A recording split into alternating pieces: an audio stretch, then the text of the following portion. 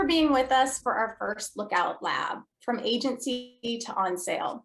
I'm Emily Smith, Lookout's co-founder and publisher, and it's my pleasure to welcome you to this virtual celebration of our 10th anniversary.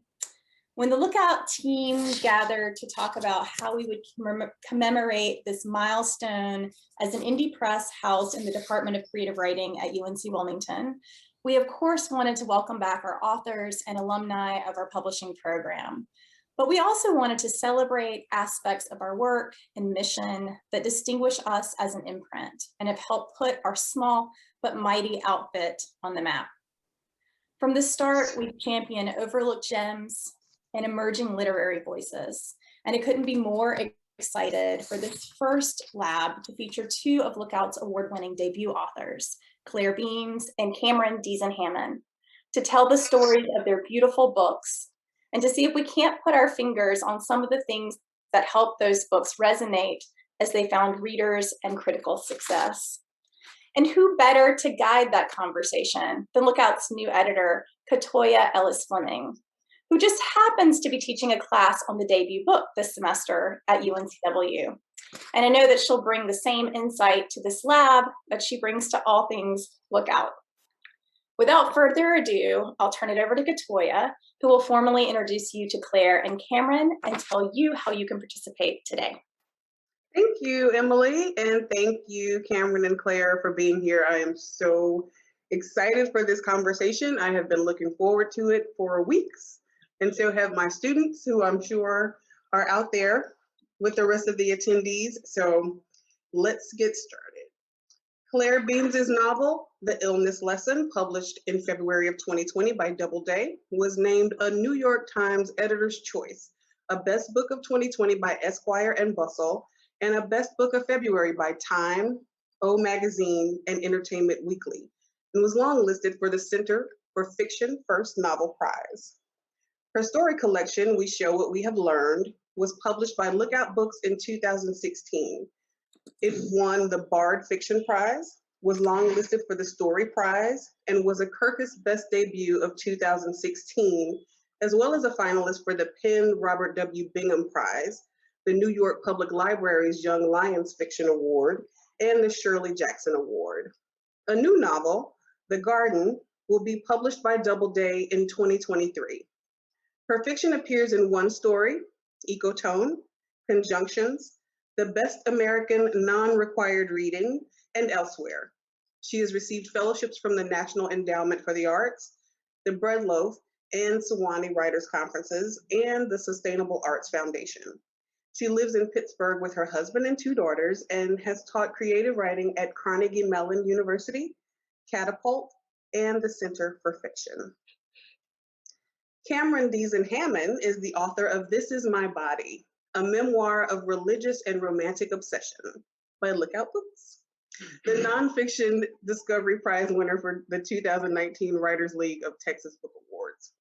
This Is My Body also earned a bronze medal in the 2020 Independent Publisher Book Awards in Creative Nonfiction, was named a finalist for the 2019 Foreword INDIE Book of the Year Award in Autobiography and Memoir, one of the 5 great indie press books from 2019, Book Riot, one of the Rumpus's best books of 2019, and recommended by Brene Brown in her 2019 roundup of Fall Book Love.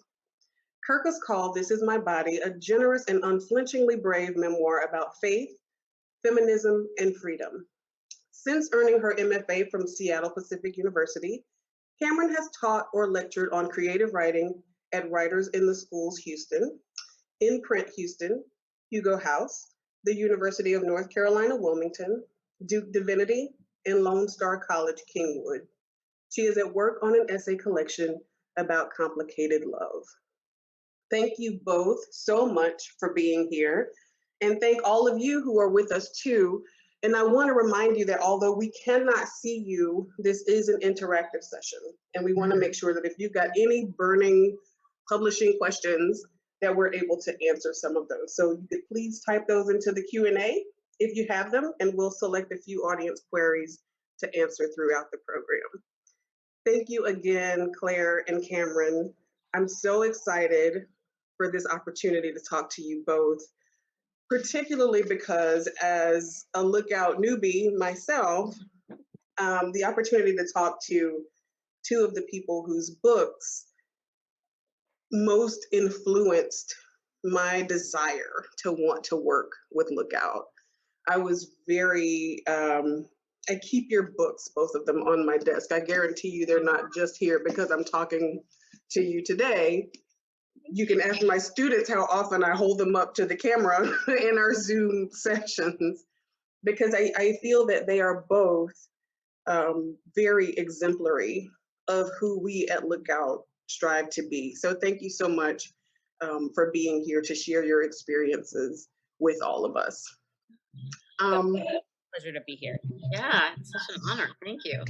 Thank you. So let's start with a little bit of a before the publication process question, because most of my students, one of the things they always want to know about when we talk about publishing is agency, how to acquire an agent. So can we talk a little bit about how you both found your agents and anything you wish you had known while you were in the querying process? Do you want to take it away? You want to take this one, Claire? You can go first. I can start if you want. I want to hear your story, please. Yeah.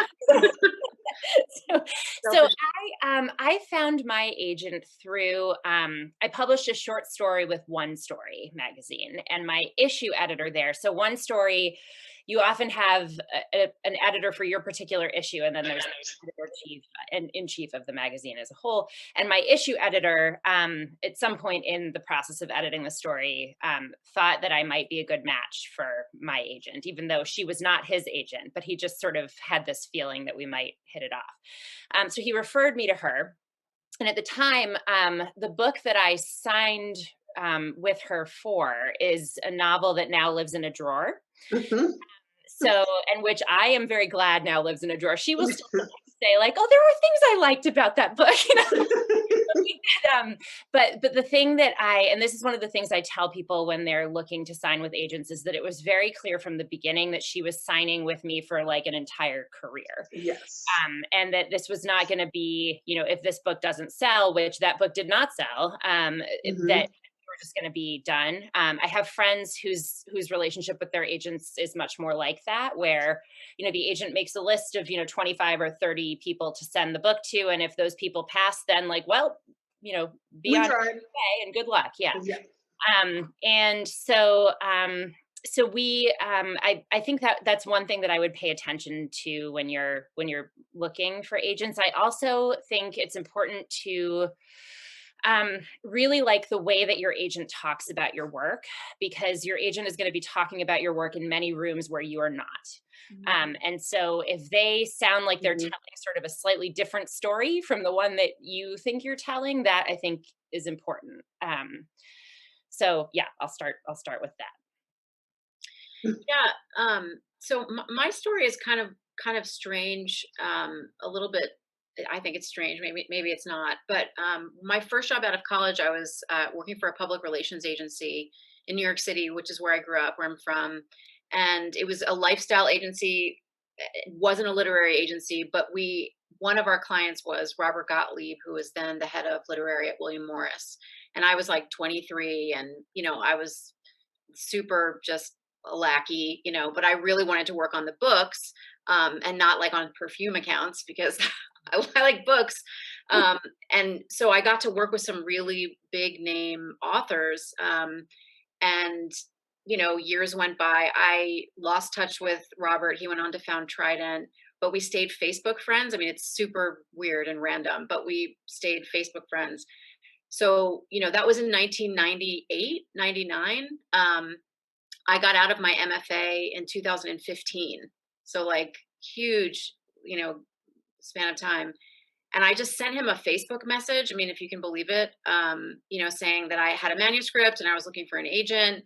You know, obviously I'd followed his career and knew where he was and all that he'd accomplished. And, you know, and because my book, it's about religion, and it's weird. Like religion is a weird thing to try to write about and sell writing about.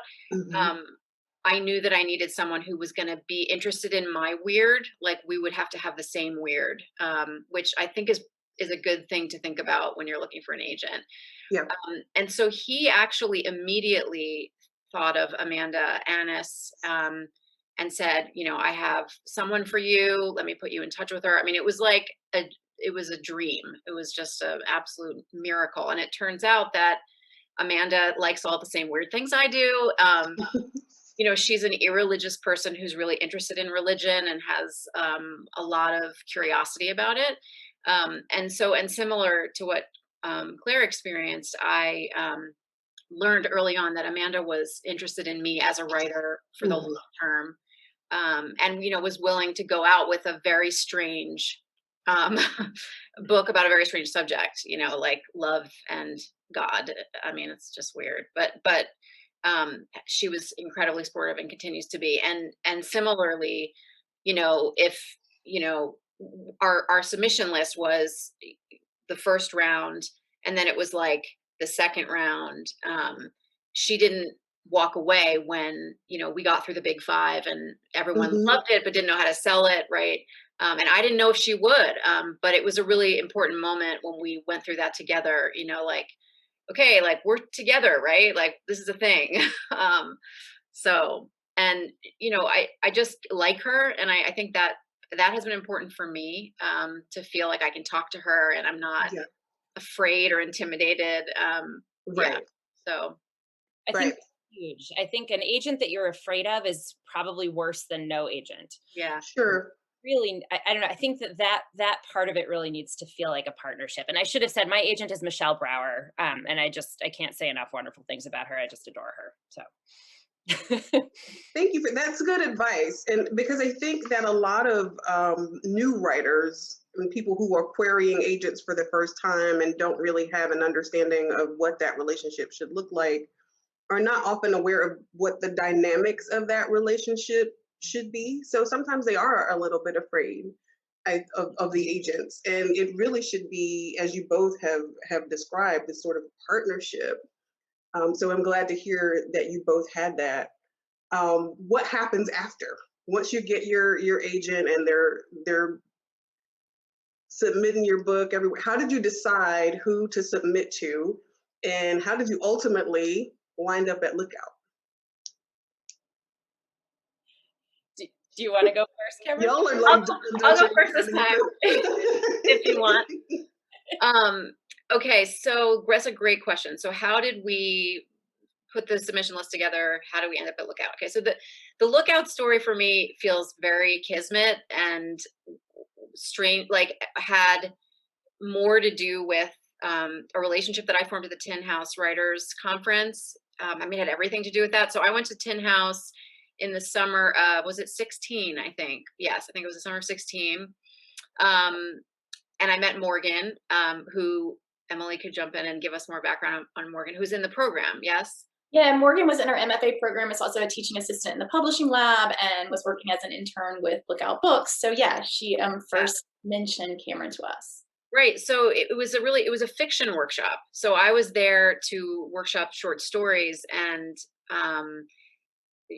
you know, we just connected. Like we just loved all the same writers, and we just had a great relationship. And she told me about Lookout and about Ecotone, and you know, we went back to our respective lives, and I started the agent, you know, querying process, signed with my agent, and then the book got ready, and whatever, that all kind of happened. I mean, you know, we ended up coming back. We made a whole submission list. The first round of submissions was to sort of like your big five. What you guys can probably, KaToya and Emily can probably explain more about what that means. But we went through that list. You know, it was a very hard email, the first round of rejections that I got, and it was mostly, you know, you hear a lot of like, I love the writing is beautiful, we don't know how to sell this. There was a lot of, we don't know how to sell this, we don't know who the audience is for this. You know, who are ex-evangelical Christians, or who cares about, you know, which changed pretty rapidly with, you know, as time progressed, but at the time it was hard. So we were into the second round of submitting to indie presses, and I had already started talking. I think Beth reached out to me about an essay for Ecotone, which was like the coolest thing that had ever happened, and remains among the coolest things that has ever happened to me. And so I met Beth, and we worked on Witness Tree together. And I think also, strangely, Emily, you went to Trident. You and Beth visited Trident. Yeah, actually, so this is funny because Claire's sort of connected to this story. Claire's, I think it was the Robert Penn Bingham Awards happened to be in New York. And as an indie press, we don't have a big budget to travel, mostly to do like agent trips. So when we are there for something else, we always squeeze in, you know, from like the time we get up until the time we go to the awards banquet, as many meetings as we can. And so we went to Trident to talk about Lookout, what we were looking for, we're interested in. And Beth Staples, who's been mentioned, was the former editor at Lookout, and of course was on the staff at Ecotone. And so, yeah, that's just like another place where all the indie connections converge. So it was very kismet. It was timing. Lookout was in her office, and I was like, oh, but Lookout, and I met Morgan, and we should submit. And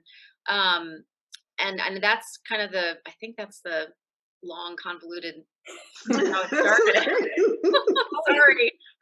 Sorry for my lack of succinct. No, I think it's an impossible thing to be succinct about in general. For sure. I love that. That's such a wonderful story. So for me, so basically, my first book, my actual first book, the story collection, was not my real first book because I have that novel in a drawer. So I signed with Michelle with a novel in a drawer. And the process of that book not selling was like this long, horrible year, during most of which I was pregnant with my older daughter. And we had similar sorts of, I mean, I actually think in my case, that novel is one that I am glad lives in a drawer, because I think for me, that novel was an 8-year project, over the course of which I think I was figuring out who I was as a writer. And I was, in the meantime, writing all these short stories that were getting increasingly strange and increasingly kind of exciting to me. And that turned out to be the real work, even though I thought this novel was my real work. So anyway, so this novel that was my warm-up, although I did not know that at the time, we were hearing lots of nice no's back, and lots of like, if she would rework the ending, I'd take another look. So I was sort of doing all that work like in the delivery room with my daughter. And then we moved to Pittsburgh, and you know, my daughter was now like 3-4 months old, and we heard the last no. And I had this like very dark 2 weeks of the soul where I was like, what have I done? You know, I remember this phone call with my agent where she was like, what's next? And I was like, well, that took 8 years, and now I have a baby. So, and now I live in this city. I didn't even have daycare yet. Like, it just was like, I have somehow accidentally become like a stay-at-home mother, even though that was never my plan. And so it took 2 weeks of sort of thinking, and I started sort of looking at those stories again. And I was like, these really all feel like a book to me. And in the same space of those 2 weeks, this still feels like a sort of bolt from the blue thing to have happened to me, but I won an NEA grant, which I had applied for as like a 9 months pregnant person because I was finally eligible. You need 5 published short stories, and I think I had 6. But you know, that's read blind. And so they don't know, that you're not as fancy as these other people are making their decision. And so when I won that grant, it felt like a big, like, keep going from the university, but it also felt like, I applied for that with one of those stories. Maybe those stories are better than that novel that lives in a drawer. And so I called my agent again, and we talked about, I was like, I really think that this story collection is a book. I have an idea for a new novel, but it's going to be years before this new novel is ready. And I think that this book of stories is like pretty much ready. And so we talked it through, and she's like, look, you have not been published in the New Yorker. You have not been published in Best American Short Stories. She's like, we could try the big 5. She's like, but if somebody wanted these stories, I don't know that we could feel confident that they'd do a good job with them. Like, they might just kind of take them in hopes of getting a novel from you someday and put them out into the world. And she's like, I really think that you would be better served to think carefully about which small presses you really admire. And we'll make a really targeted, very, very picky list of small presses and go only to those. And so I had one of my strange stories had been published in Ecotone. And Beth Staples had been the editor who worked on that story with me. And she had also, in an earlier chapter of Both of Our Lives, published what became the title story of my collection, We Show What We Have Learned, at Hayden's Ferry Review. And I just loved her. And she made both stories, especially the one that was in Ecotone, just sort of, it went through so many drafts and became so much better. She asked all the right questions and none of the wrong ones. And just all of a sudden the story became just something I was so proud of. And so I really felt like Lookout would be an amazing place to be. I also, Edith Perlman's Binocular Vision is just one of my story collections. And so the idea of being, part of that lineage was really exciting. So we sent the book to Lookout. And, I waited anxiously. As we do. But so that's how we arrived at Lookout. I love those stories. I love that everybody's landing at Lookout seems a little bit serendipitous is a word I use a lot. So I'm happy to hear that you sort of made it here in these amazing ways, because it seems like you landed where you should have with these particular books. Emily, I'm going to ask you to jump in here before I ask the next question, because I saw a question pop up. I want people to be clear on the difference between Big Five, or Big Four now, publishers and indie presses. So could you just say just a couple words about that before I get? So sort of over time, many of the presses started as small presses, just like Lookout is, but over time they got absorbed into sort of multimedia conglomerates, meaning big multinational companies. So if you look at, one of the major ones like Hachette, you'll see like Little Brown is there, and you might see Mulholland Books is there, and there are all sorts of different, what we call imprints, but they're all owned by the same parent organization. And sometimes they do other things, like maybe they're in the movie business, and they also have audiobooks, and they also might own newspapers or magazines. So they're just a whole different machine in terms of their financial resources and their marketing budget, their editorial crew. So when we're distinguishing here between the Big Five, and the reason KaToya just said the Big Four is because, Penguin, Random House have already merged, and now there's another potential merger underway. And then we're talking about small, or what, that doesn't mean they're all small. Some of them are just independent presses. So for example, W.W. Norton is not small, but they are an independent press. Right. Everything from, presses like Milkweed, who do 20 or 30 books a year. There's tons of them, Copper Canyon and Bellevue, and they all have their own little unique aesthetic and rhythm, and they're scattered all across the U.S., whereas most of those Big Five publishers have their U.S. offices in New York. So again, that's when I was talking about the agents before. That's where most of the agents are too. So they can keep going to meetings and establish relationships with New York editors. I love what Claire said about Michelle Brower mentioning that a small press could maybe champion those stories in a way that perhaps a Big Five wouldn't, and that's because they just have different sort of financial constraints that they're thinking about in a way that small presses aren't as constrained by the finances. Thank you for that. I appreciate letting people in on this sort of, the language around publishing that some people may not understand. So I just want to make sure that we're all on the same page and that we've all got access to the same information. So Cameron and Claire, you've got your agents, you've landed at Lookout. Let's talk a little bit about contracts. What was the negotiation process like? Could you tell us about any conversations that you may have had in terms of how you would approach marketing or the editing process or any of those things? And Emily, you can jump in too if you want to elaborate on some of those contract elements. For the most part, where the specifics of the contract were concerned, I really did trust my agent to kind of let me know if anything looked weird, because it is its own language, and it is not a language that I am particularly trained in. And I really knew that she would not let me do something dumb. Having said that, we had this initial phone conversation with Emily and with Beth that just blew us both away. It was me and Michelle and Emily and Beth all on the line. And it was just really clear that Lookout had a vision for the book, understood like what kind of stories these were, like what other books this book was in conversation with, had sort of a vision for how it would be kind of pitched critically to the world. And I also loved that it was really clear that this book was the only focus for this year, you know? And so that was an amazing feeling. And I think that I would tell people who are in that phase of things, well, first of all, to hopefully have a relationship with their agent where they feel that they can trust their agent on sort of the nitty gritty of things, but also just to make sure that it sounds like the press has a vision of some kind. Mm-hmm.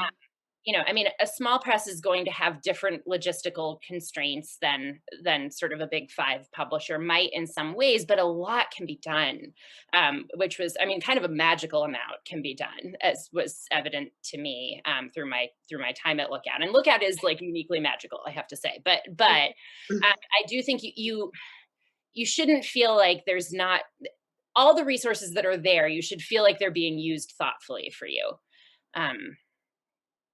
That's, I think, what I would say. Sure. Yeah. I similarly, I mean, with the contract, I mean, I will say that I think it's important to remind like writers who are beginning this process that everything in publishing takes a lot longer than you think it's going to. And like, I would have signed anything, like, you know, and meanwhile, it would have been fine. It would have been a great contract anyway. But, you know, I was like, let's do it. Like, let's make this happen.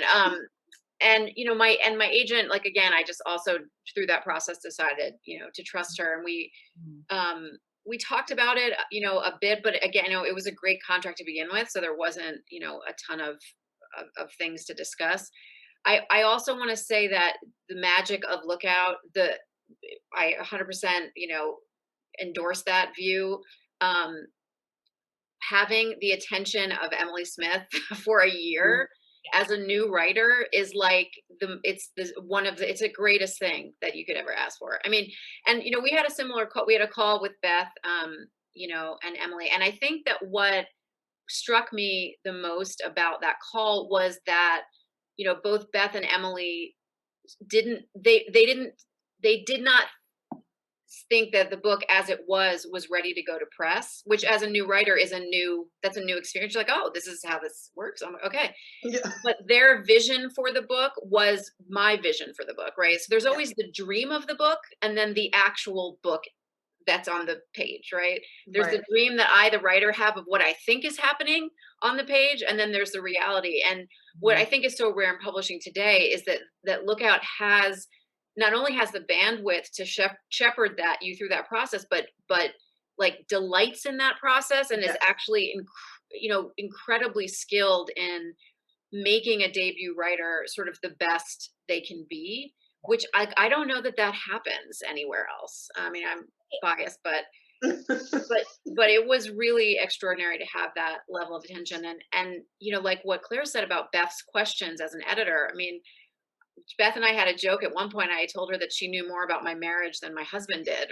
It was, you know, in the margins of like, what do you mean by that? Or say more, you know, it was just exactly the right way to bring out, especially with a memoir. I mean, so thoughtfully and carefully worded.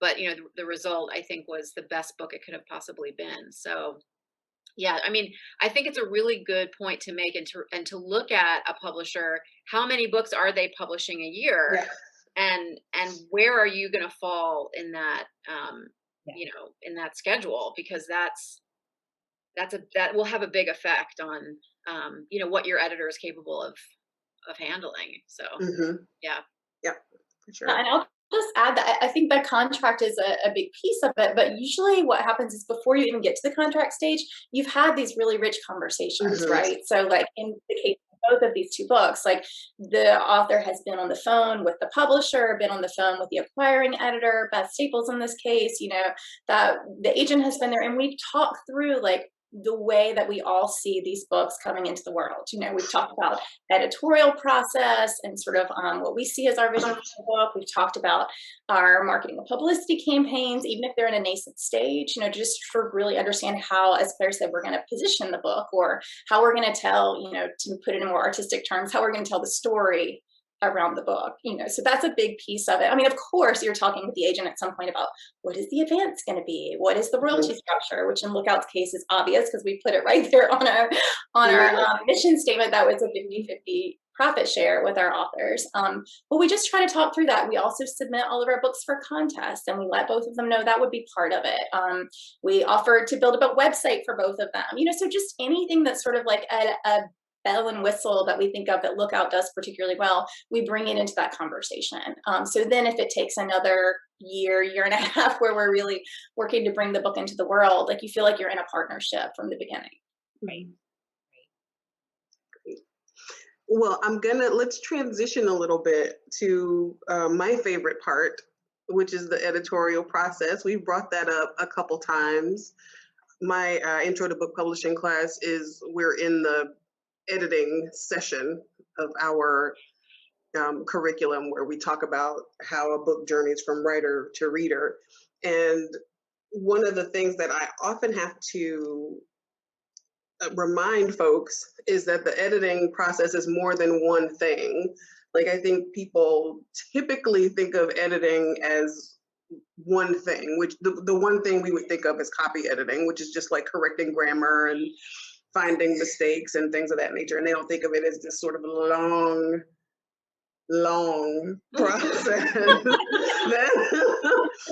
that starts with developmental editing and then line editing and then copy editing and your fact checking and your proofreading and all those things. So let's talk a little bit about, I am jealous of my predecessor having gotten to edit your lovely books, but let's talk about that process of what that looked like, what it felt like, how long did it take, and what did you learn about your story and about yourself during that process?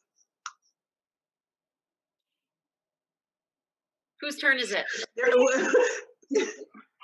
Cameron, I think you went first last time. Okay. I can't remember. So the editing process was just a total gift. I feel like Cameron said, I felt like we really turned the book into the best version of itself, which was not a small undertaking. And the stories, before we submitted the book, some of these stories had been through many drafts with the editors of literary magazines, and we still did many drafts. I know that sort of in our first phone call, there was one story, and this is one of the ways that I knew that this was the right home for the book. There was one story that, like, every time I'd read through the manuscript, I just had this little, like, sinking feeling in my stomach when I would get to it. And it had been published somewhere, like, for me, relatively fancy. Like, there were things about it I was proud of. I never wanted to read it again. And I always was sort of unhappy when I got to it, kind of in the middle of the book. And it was one of the first things Beth said on the phone was like, I just don't think that story belongs there. And you're like, I think that's one of the best signs of an editor, sort of like showing you truths that, like, deep down and that you would probably admit to yourself in another, like, 5 years, but they just save you that time. Yeah, sure. I was gonna say, Claire, like, I still totally remember that. We actually had written down on this, like, outline of what we were going to talk to you about that day, that one story. And I remember Beth's, like, we sort of looked at each other because this was in the day when we were, like, conferencing not via Zoom, so we were in the same physical room together. And she was like, are there any stories you think maybe don't belong? And there was this, like, long pause, and then you said the same story, and we're like, yes, we're all on the same page about it. I know. But so because we were cutting that story, and then there were 3 other stories that Beth pointed out, and this is something I still think about when I'm writing, but they all kind of ended with a similar gesture. Like, there was a sort of a female character kind of like being prevented from doing something, or being sort of prevented from attaining something. And I was trying to make a point, but Beth was basically like, you maybe don't need to make that point 3 times. And so I think one of those stories didn't end up in the book either. Even though I do like that story, but I think it didn't need to, what it was reinforcing was already reinforced elsewhere. So those changes meant, and I had to really substantially revise the endings of those other 2 stories and write a whole new story, all in like 3 months. So this was in, I think, August, because it was my birthday, the day that that you guys acquired the book. And, and then, yeah, it was very exciting. And then, so I needed to do like really some pretty substantial revisions on like pretty much all of the stories and write an entirely new story all by November. And I had just taken a new teaching job and I had a 3-year-old. So it was a big few months. Like I look back and I feel very impressed at all of us. Like there were just, Beth and I went back and forth just endlessly on some of these stories. But I feel like I learned just an immense amount. And I have to say that in terms of, so editing at Lookout, it just could not have been better.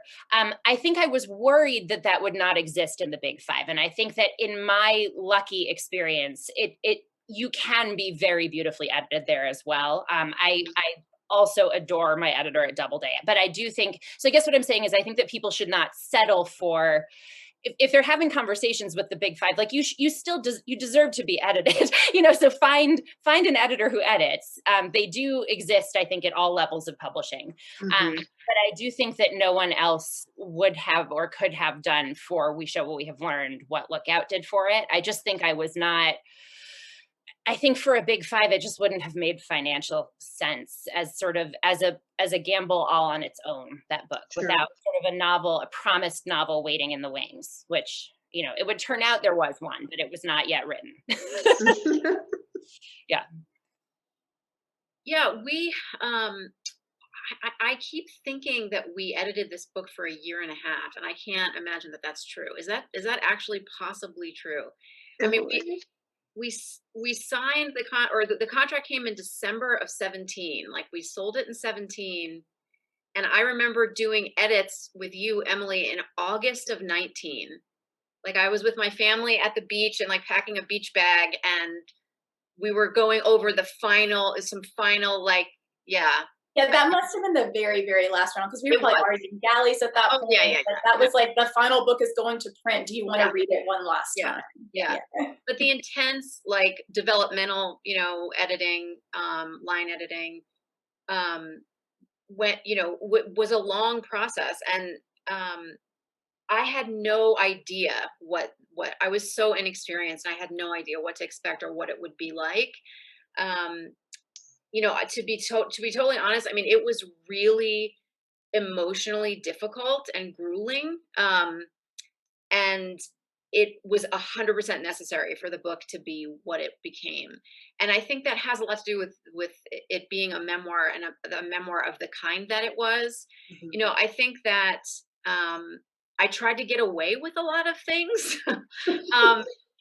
In the first several drafts, like in terms of not drilling down and really, exploring what I was saying and what I was feeling about what I was describing. And that is sort of what Beth brought out, of me through her edits and her questions. So developmentally, like we didn't change the structure of the book. We didn't change, it wasn't a giant at all. There was no like rearranging, except for these 2 chapters. Man, I remember like chapter 9 and 10 went just back and forth, a bunch. But it was really like, a process of making me feel safe enough to drill down into what I needed to say to make the book the best book that it could be. And Beth was amazing, and was an entirely safe person to do that with. What else can I say about the editing process? Yeah, I just don't. When I with my students, like I try to convey to them that revision, which is kind of what we think of, like that's really what this is really where the writing happens. And it's so strange because that first draft comes out, and I'll speak for myself, I think it's perfect. And very soon I realized that actually, it's kind of a cartoon, it's a sketch of what it will eventually be. If I put the hours in and the work in, and am fearless enough to put that work in, and Beth and Emily, because Emily did a lot of vision, a lot of editing on this book, just work their asses off on my behalf. And, I couldn't imagine a better experience, honestly. I'm so glad to hear that. You're saying so many things, talking about being fearless, but also having the support to be able to be fearless, to be in an environment where you felt safe to explore your story and who you were as a writer. So I'm loving hearing all of that. Somewhere during the course of this process, authors, Claire and Cameron in this case, are presented with an author questionnaire, what we lovingly call the AQ. You want to talk a little bit about what that is, Emily, and then we can talk about why that's important and how much you hated doing it, Cameron and Claire. Yeah, I was like, I'm going to start because they probably both loathed having to do it. I know. So the author questionnaire, for those of you who haven't reached this stage in the process, I think Lookouts is about 8 pages. And that's just the questions. Like that's not leaving room for the authors to answer it. It's everything from like, what is your birthday and what city were you born in, so that we can register your book for copyright with the Library of Congress. In case someone shares your name, we'll know which author actually authored it. All the way through, like, tell us every connection you've ever, like all those institutions where you studied, any well-known authors with whom you studied. Tell us everywhere you've ever been published before and any editors with whom you have relationships. Tell us if you're willing to go on tour, if you've ever taught classes before. Are you comfortable in front of an audience? Have you been on a radio or television program? And it's really so that, and then we also ask them to do things like write your own synopsis for the book. Write a shelf talker for it if you had to. Trying to go other things. Any likes or dislikes when it comes to cover design. And I don't think that our AQ is exactly like every house's AQ. I know we probably share some of the same questions, but the goal with Lookout is really that we think of the AQ as an outline for the marketing publicity plan. So who are all the people out there who would be excited to read your book and to be in a position to help champion it? And how do we get it into those hands? Sometimes, especially for a book of stories or a memoir, I'm asking, would you be able to write essays around the subject of this book that we can try to pitch and release either around the pub date or just in advance of it or after it? It's all ways to help connect with a reader. And so I think it's really important. And I always tell authors to like take some time with it, but also approach it with a light heart, be creative. That those are all ways that, and Lookout is very, very open to unusual, fun, tailored marketing plans. So I like to think that for every book that we publish, we try to take the AQ seriously and also come up with some fun strategies for bringing a book into the world. And I'll let them talk about how miserable it was.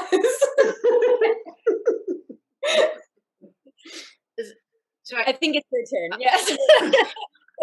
Am I a nerd? I didn't think it was that miserable. Like, is good. that not the answer that we're looking That for? could be your marketing background, probably. You were like, ooh, this will be fun. Yeah. Well, that probably was it, because I will say though, it was a lot more time intensive than I expected. Like I was like, oh yeah, I can, and then I was like, oh, this is actually, this is intense. But yeah, because I had PR and marketing communications background, I was really interested, and that was something we talked about on our call. I was really interested in how Lookout would handle that and how they would feel about bringing in an outside publicist. I think that's something that we'll talk about later. But it really is like a catalog of everything you've done up until that point, so that the press can reach out to the editors and, the community that you've built to help support the book and kind of give it its best launch.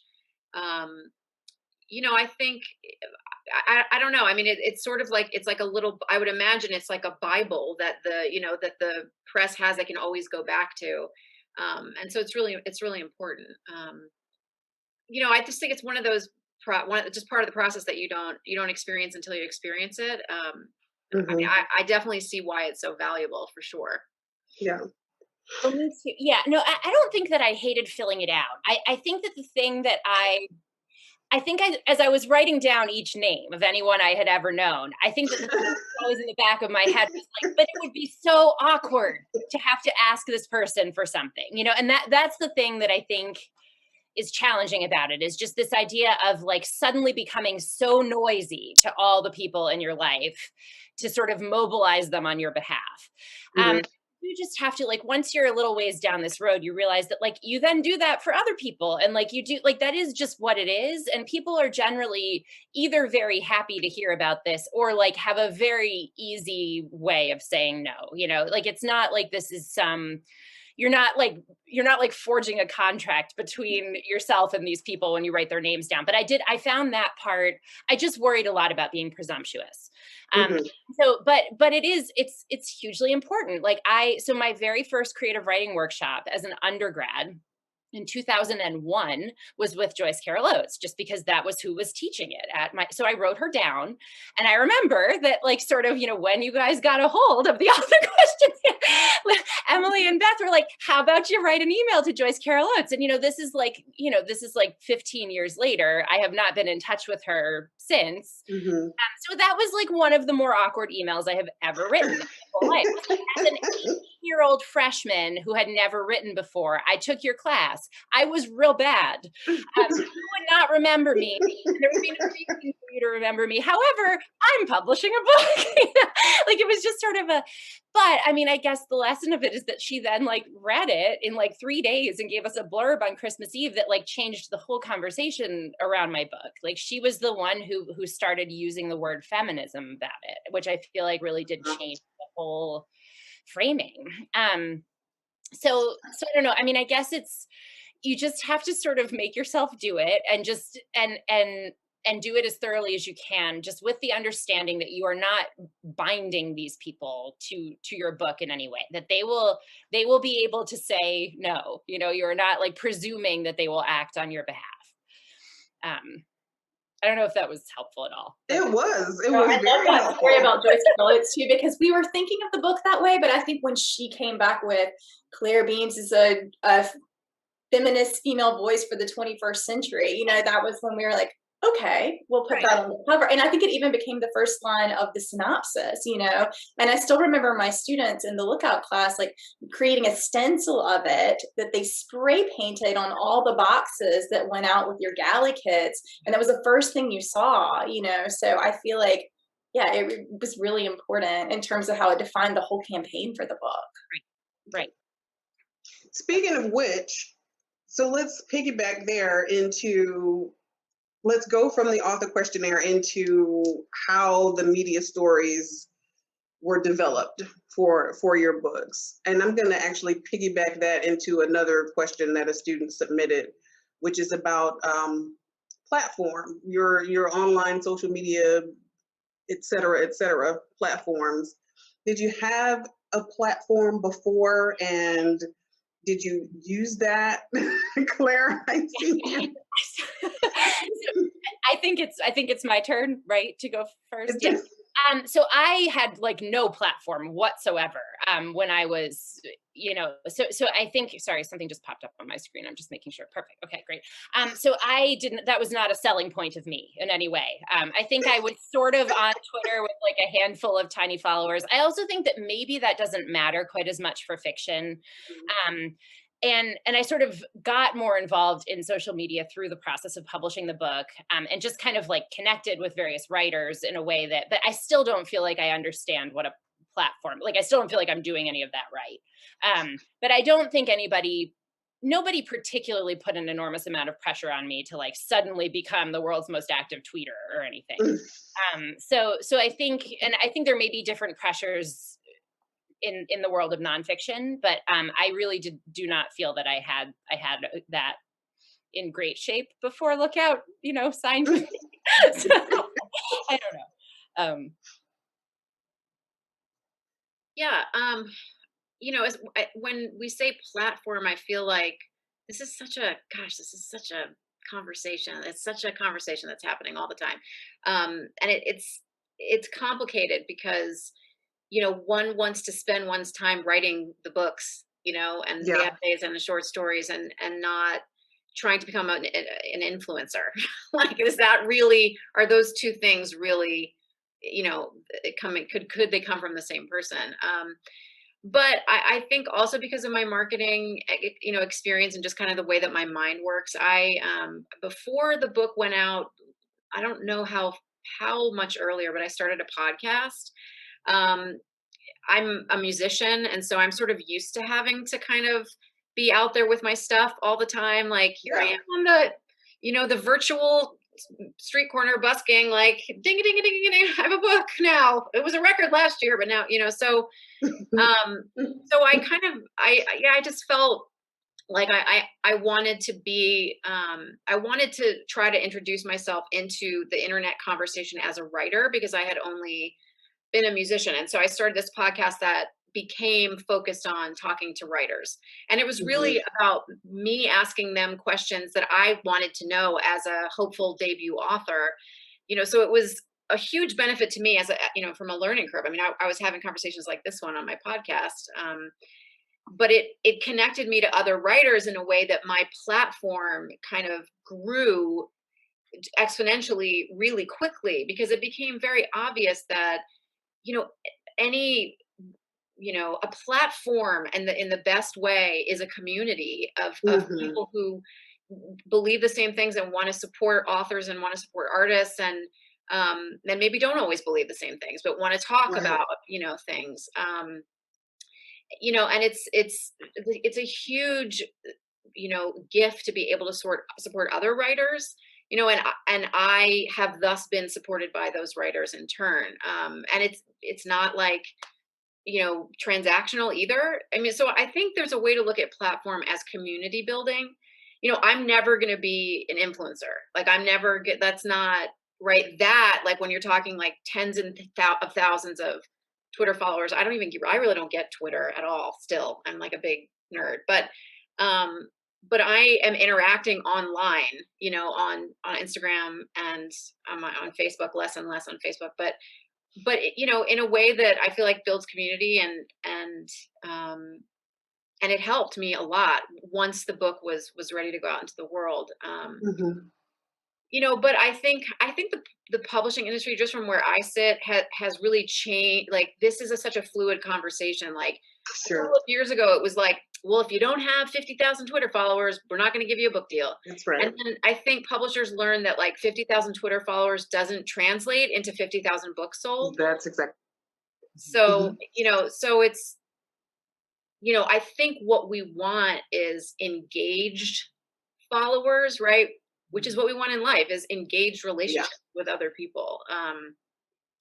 So that's kind of how I think about it. Like, my numbers are not impressive, and I don't think they ever will be, but I feel pretty good about the effort that I'm making, and how it's hopefully helping other writers also.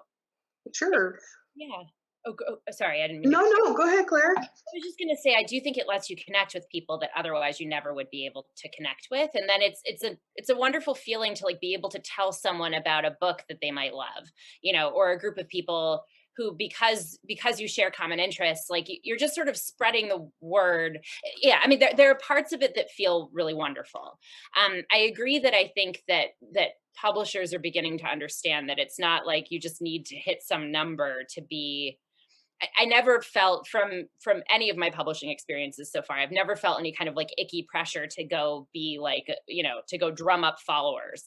I just don't think anyone ever thought that would make a huge difference for me. But I think there is something really nice about finding those connections, and being able to talk to people who are geographically separated from you, Yeah, sure. Emily, how does that all play into how the media stories for each individual book is crafted? And is that something that's tailor-made for every author, or is there just a general way to do that across the board? No, I love the way Cameron's talking about it. Like, maybe platform sounds far less intimidating if you think about it as community building, right? That it's establishing relationships with other readers, that when she featured authors on her podcast, that then she had relationships with them, and it's all part of building community. And I like to think Lookout was early in terms of being one of the publishers that sort of understood that, I hope. But in terms of crafting the story, yeah, for us, it's tailored. We only publish a book a year. So it's really important that we find, as much as we can, the heart of that book and figure out how to tell the story of that book. In the case of these two books that we're talking about, Claire's book is part historical fiction and part magic realism, and that was like a particular combination that at the time we weren't seeing in a lot of story collections, and think about how to tell that story. In the case of Cameron's book, it's a literary memoir that also is about spirituality and Christianity and evangelicalism. And it was like trying to tell that story, which, as she articulated herself when she sent it to Big Five Presses, said, we're not sure how to market this or how to tell that story. So I think it's been one of the things about Lookout is that we find a way to tell that story. And part of it is community building. And then once we figured that out, it doesn't mean that it stays that way. Like in Cameron's case, I remember like going back and having lots of conversations with her about like, okay, let's try some of these venues, or let's try some other venues, because it wasn't, I think they just saw the word spirituality sometimes at, a big publication, like, oh no, like Christianity, we're like, no, it's a literary memoir. Like it's probing all these questions of like faith and feminism, but it's continuing to tell the story and refine it, I guess, as you go through. And like, then you find its readers, whether they're individual readers, whether they're critical readers. And then once you find some of those folks, you sort of keep going down that path for a little while and just see how you can keep shaping the story. And, you do that over multiple print runs, and as you keep bringing it out in the world.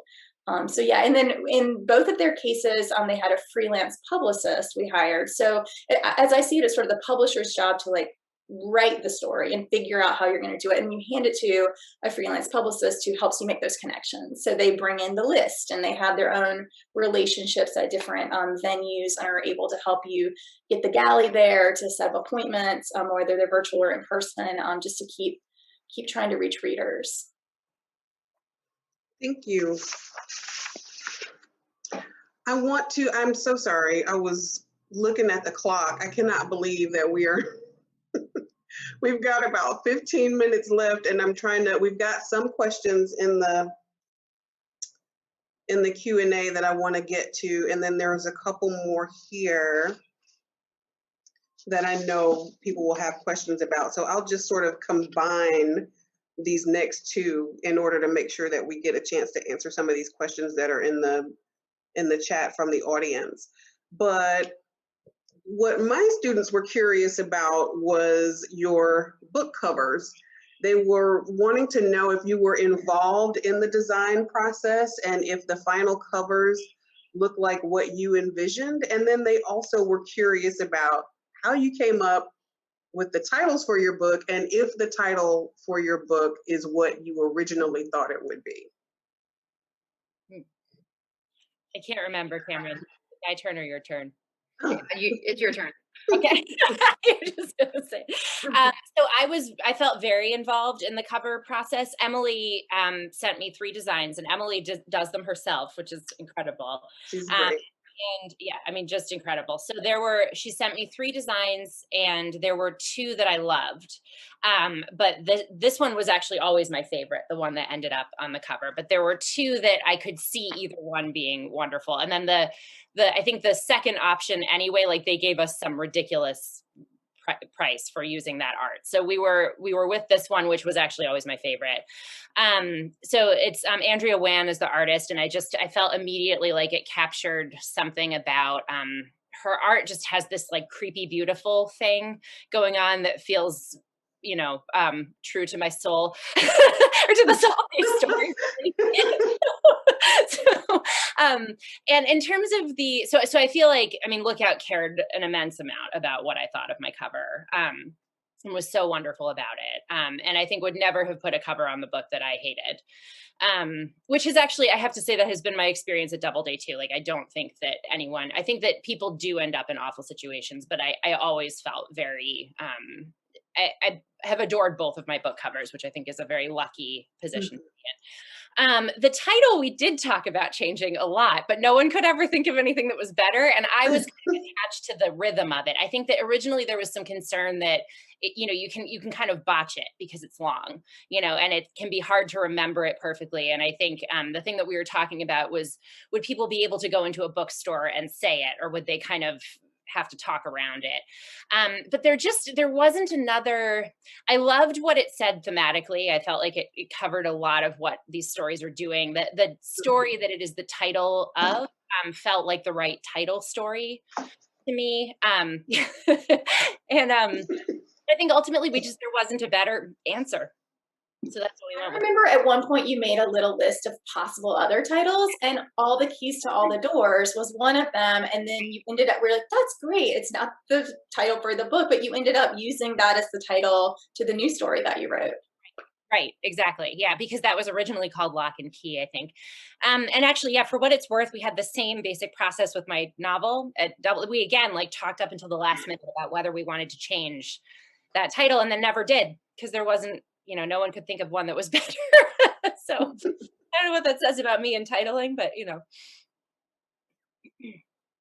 Yes, I mean, similar. I mean, Emily designed the cover, which we did a Pinterest board, right? So we had a shared Pinterest board that, I put up images that I thought, that's so cool. It is so cool. It's really cool to see it in your hands. Yeah, and we knew that we wanted, or I knew that I wanted some kind of baptism image that felt like turning the patriarchy on its head. We're like, let's turn the patriarchy on its head while using the symbols of the religious patriarchy. Like, how do we do that? Emily did it. So we had, I think, also 3 options. And there was another option that I loved that was a lot darker.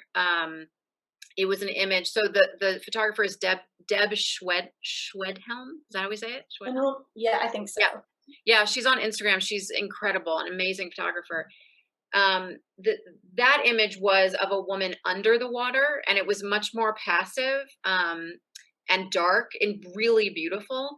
But this image just felt like it was telling the story of the book, which really is about emerging out of something, out of an idea of oneself and one's worldview into a reality that actually reflects who you are and who you want to be. And that picture, I mean, that image just couldn't be better.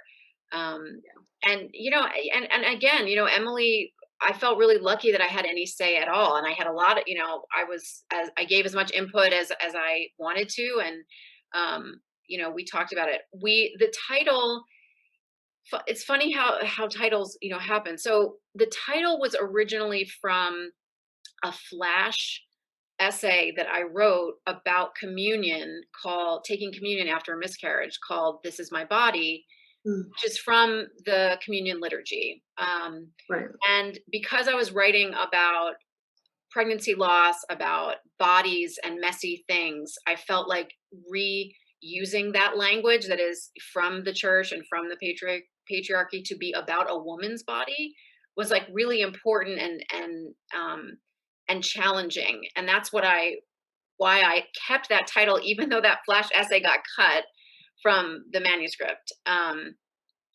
There was a second person thread. Remember that? There was a thread of second person flash essays that were woven throughout the book called Born Again Primer 1, 2, and 3. And one of them was This Is My Body. Anyway, similarly with Beth, we both at the same time were like, I think those need to get cut. Yep, they need to get cut. We did it on a text, and I was like, and it was quite far into the process, but that title always stayed with me because I think of that that kind of juxtaposition I was trying to do with the book. And we did talk about changing the subtitle, which maybe we should have, Emily, I don't know. I feel like a similar thing happened actually with Claire's book, where we talked about all these different subtitles and different iterations of it. We had a long list and went back and forth, and just at the end of the day, the most succinct one that spoke to the themes of the book was the one that we landed on, so. Right. We almost traded out religious for spiritual that word was, I think by that point in the process, it had, I mean, my sense of it was that it had become clear how difficult it is to get traction for stories about religion. Sure. And the reason that I used the word religion and continue to is because it is religion that I am talking about. I am talking about the man-made structure around the beautiful thing, right? The thing itself. And so it was a religious obsession, right? And so at the end of the day, it just felt like, to be honest about what we were doing, we had to keep it. But it was a sacrifice, I think. I think it was a sacrifice to keep that subtitle, to be honest. Well, they are both beautiful covers and excellent titles. So I'm glad they are exactly as they are. We are down to our last few minutes, so I want to make good on my promise to answer a few audience questions. Cameron, the first one is for you, and it is, did you have a full draft of your book when you and your agent sold it, or was it partial? That's a great question. If I remember correctly, we did have a full draft when we sold it.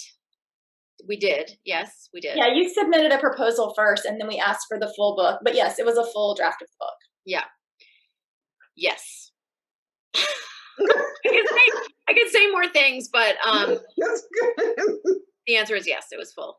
The answer is yes, it's full. I want to be clear for the person who asked that question, and Emily can jump in if you want too. I don't want to just be talking, but it's for nonfiction, you don't necessarily have to have the full manuscript all the time. Yeah, and the other interesting thing is that sometimes even when you have a full book, you still have to back up and write this proposal. That's so right. I first encountered Cameron's book as a proposal, which includes like a marketing plan and includes like a chapter summaries all the way through, and then like just all about her community, if we're not using the word platform. So that was the way that we found her, and I think it's a good step for nonfiction, right? Because it helps the publisher and the author and agent be sure that you have the same vision for the book. But then, I mean, I know that some presses are able to acquire a book at that stage. It would still include at least the first chapter or two, some sample chapters, so you can get a feel for the writing that is not the proposal writing. But in the case of Lookout, we're owned by UNC Wilmington, and one of the things we're not really allowed to acquire a book on proposal. So, at that point I asked for the whole book. But yeah, that's a weird thing about the nonfiction process, is that it can be sold on proposal, but sometimes after you've written your memoir, you still have to back up and write a proposal for it. So you end up having to do both. At least that's been my experience a lot of times. Yeah.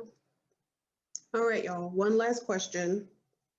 And I wish we had 2 more hours. I wish you could see the list of questions I have left that I didn't get to ask y'all, that I still want to know the answers to, by the way.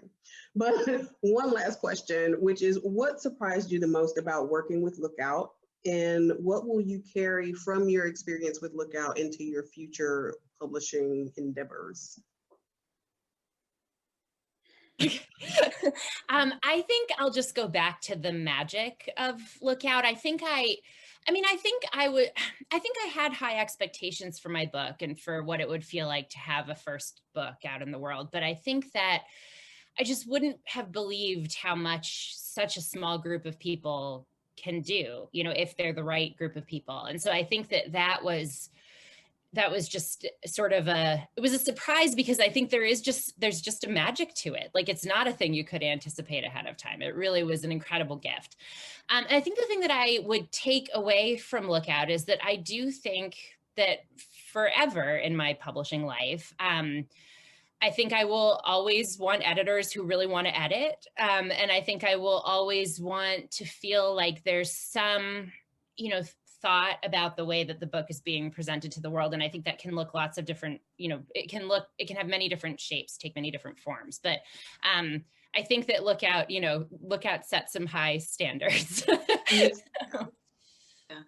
Last word, Cameron? Yeah, no, I would say the same. I mean, I'm a little bit afraid of like what the next experience will be, because I have had this incredible experience of really feeling like I was folded into a family, and again, I think because of the nature of memoir, that was just could not have been a better situation for me. Like, it was a pure gift. But I'll echo what Claire said. Yeah, I think I can't imagine going into a situation without that kind of editing now. You know, I have learned so much about myself as a writer, working with Beth and Emily, that it would be a disappointment to not, you know, have that level of editing. But I will also say that I think I have learned to edit myself better through the process. So, you know, they have set me up to go a little bit further down the road, I think, you know, off the bat. So we love you. Thank you for celebrating our birthday with us this way. This is so fun. So fun. I wish we could do it in person. I can't wait until we can. I know, me too. Me too. I'm Well, in. as jealous as I am that I was not a part of your original publishing journeys, I am very glad to be in community with both of you now. Thank you. Yes. And I can't wait to so see much. what the next book is. I'm like super excited. Stay tuned. Emily, any last words? I just want to thank y'all for being here. KaToya, thank you for moderating so beautifully. Sure. And thank you to everybody who joined us as our audience today and submitted such awesome questions that help guide our conversation. Thank you. Thanks, everybody. Thank you. Bye. Bye.